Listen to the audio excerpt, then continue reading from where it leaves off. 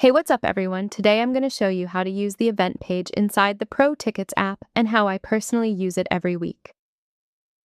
When you land on the event page, the first thing you'll notice is the Filters section.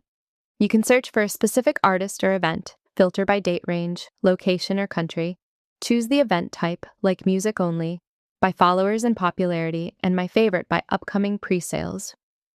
This makes it very easy to narrow down exactly what you're looking for. Below the filters, you'll see the event cards.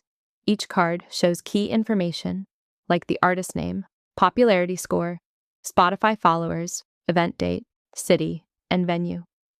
This allows you to quickly decide if an event is worth checking out. When you click on an event, a modal opens with more detailed information. Here you can see tickets monitoring, public on-sale dates, pre-sales, and the seat map to understand the venue layout. You can also click here to go directly to the official event page. And if you have a pre-sale code, you can enter it right here. You can keep it private for yourself or share it with the community and then just save it. If you think an event has good potential, you can add it to your favorites. You can also change the layout. Right now it's in grid view, but you can switch to list view if you prefer. You can also export the data to a PDF. What I personally like to do at the beginning of every week is go straight to the upcoming pre-sales. I look at the pre-sales happening in the next few days and scan through all the events.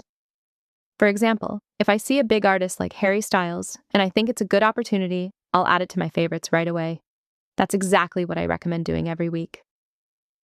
Once you save events to your favorites, here's the powerful part. When you go to your dashboard, your daily schedule automatically updates. You can see which pre-sales are happening, at what time, and when the public sales are coming up. This way, you'll never miss a pre-sale or a public on-sale for an event you're interested in. That's it for the event page. I hope you enjoyed this video, and I'll see you in the next one.